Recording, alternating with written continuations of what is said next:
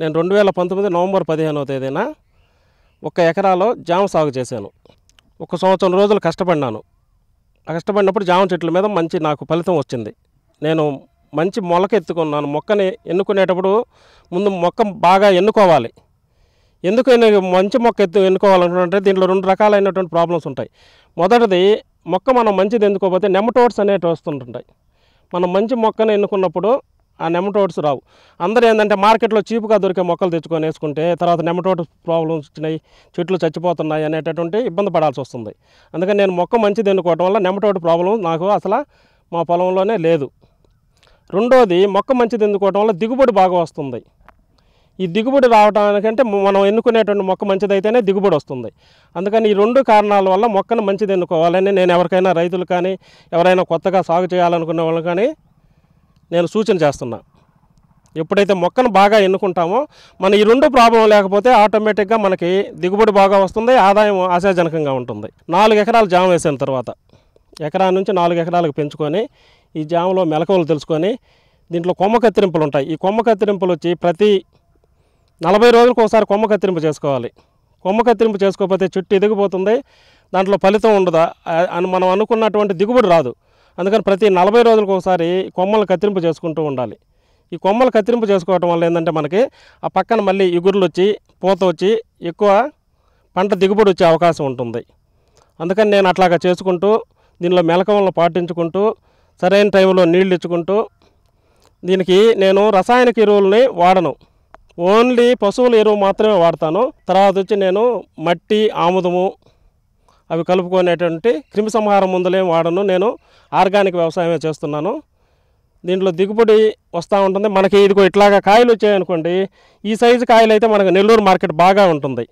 ఇంకా మనకి కాయ సైజు 800 గ్రాముల నుంచి కేజీ సైజు కాడ వచ్చేది. ఆ సైజు మార్కెట్ మన నెల్లూరులో ఎక్కువగా ఉండదు, హైదరాబాదు సిటీల్లోకి అయితే బాగుంటుంది. అందుకని నేను కాయ సైజు వచ్చేదానికోసం, తక్కువగా వచ్చేదానికోసం దీనికి పూర్తిగా మామూలు ఎరువులనే వాడుతూ, నేను ఎటువంటి రసాయనిక ఎరువులు వాడకుండా సైజు చిన్నగా ఉంటే మన నెల్లూరులో మార్కెట్ ఎక్కువగా ఉంది. ఈ మార్కెట్ బాగా ఉంటుంది. కానీ కొన్ని సమయాల్లో మార్కెట్ ఉండదు. ఇప్పుడు మామిడిపూల సీజన్లో జామ పండ్లకి అంత గిరాకీ ఉండదు. అందుకని మామిడిపూల సీజన్లో ఉంటూ మనం దాన్ని పంటను కూడా మనకు అనుకూలంగా మార్చుకోవచ్చు. ఈ టైంలో రేటు ఉండదు అనుకుంటే అప్పుడు కొమ్మ కత్తిరింపులు చేసుకుంటే రేటు ఉండేటప్పటికి మనకి కాయ వచ్చేటట్టుగా మనం తయారు చేసుకోవచ్చు. అట్లాగే మనం వేసుకున్న పొలం అంతా ఒకేసారి దిగుబడి వచ్చేటట్టు కాకుండా దాన్ని 2 సార్లుగా వచ్చేటట్టు చేసుకోవాలి. ఎందుకంటే అంతా ఒకేసారి వచ్చి మార్కెట్కి వేయాలనుకుంటే మనకు ఇబ్బందిగా ఉంటుంది. మార్కెట్లో ఎక్కువ వచ్చేసాయనుకోండి జామకాయలు, అప్పుడు మనం మార్కెటింగ్ చేసుకోవడం కష్టంగా ఉంటుంది. కాబట్టి దీన్ని 2 సార్లుగా కొమ్మ కత్తిరింపులు చేసుకొని ఒక పొలంలో ఉన్నప్పుడు ఒక దగ్గర లేకుండా ఒక పొలంలో ఉండేటప్పుడు ఇంకో దగ్గర అట్లాగా వచ్చేటట్టు చేసుకుంటూ ఈ జామలో వచ్చి మంచి ఫలితాలను పొందుతున్నాము. పోతే దీంట్లో ఒక ముఖ్యమైన బెడద అంటే పండు ఈగ ఉంటుంది. ఈ పండు ఈగని మనం తప్పించుకోవడం కోసం క్రిమిసంహారక మందులు వాడుకోవాలి. క్రిమిసంహారక మందులు కాదు, పండు ఈగని మనం చేయడానికి ఫ్రూట్ ఫ్లై బారెక్సెస్ అని ఉంటాయి, ఫ్రూట్ ఫ్లై బాక్సులు. ఆ బాక్సుల్లో అవి తెచ్చుకొని అవి ప్రతి 40 రోజులకు ఒకసారి మార్చుకోవాలి. వాటిలో ఉండేటటువంటి ఒక చిన్న అది ఉంటుంది, దాంట్లో ఉండేటువంటి ఆ బిస్కెట్ లాగా ఆ బిస్కెట్ మార్చుకుంటూ ఉంటే ఫ్రూట్ ఫ్లై బెడద ఎక్కువగా ఉంటుంది. దీనికి ఇప్పుడు జూలై నుంచి దాదాపు డిసెంబర్ వరకు ఫ్రూట్ ఫ్లై బెడద ఉంటుంది. ఆ ఫ్రూట్ ఫ్లై బెడద వల్ల ఏంటంటే ఈ జామకాయకి చిన్న రంధ్రం వేసేస్తుంది. అదేం మనకు కనిపించదు.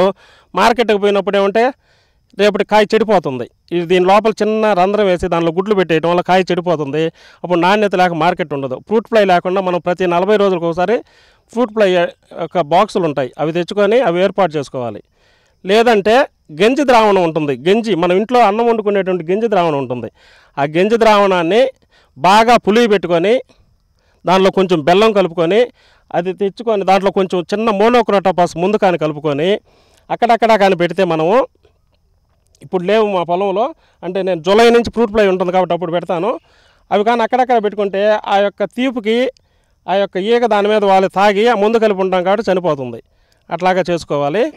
తర్వాత దీంట్లో వచ్చి మనం జాగ్రత్తగా చేసుకుంటే మంచి ఫలితాలు ఉంటాయి. మనం జామ చెట్లు వేసేసాం కదా అని మన పాటికి మనం పోతే దారిని పోయే వాళ్ళు కోసుకెళ్ళటం కానీ అట్లాంటివి ఉంటాయి. మనం జామ చెట్టు వేసామంటే దాన్ని కూడా జాగ్రత్తగా కాపాడుకోవాలి.